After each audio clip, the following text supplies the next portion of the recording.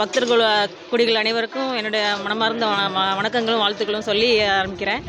என்னென்னா, இந்த விராலிமலை சுப்பிரமணிய முருகன் கோயிலில் வந்து வருஷம் உழவார பணி வந்து அதிகமாக நடந்து போட்டுருக்கு.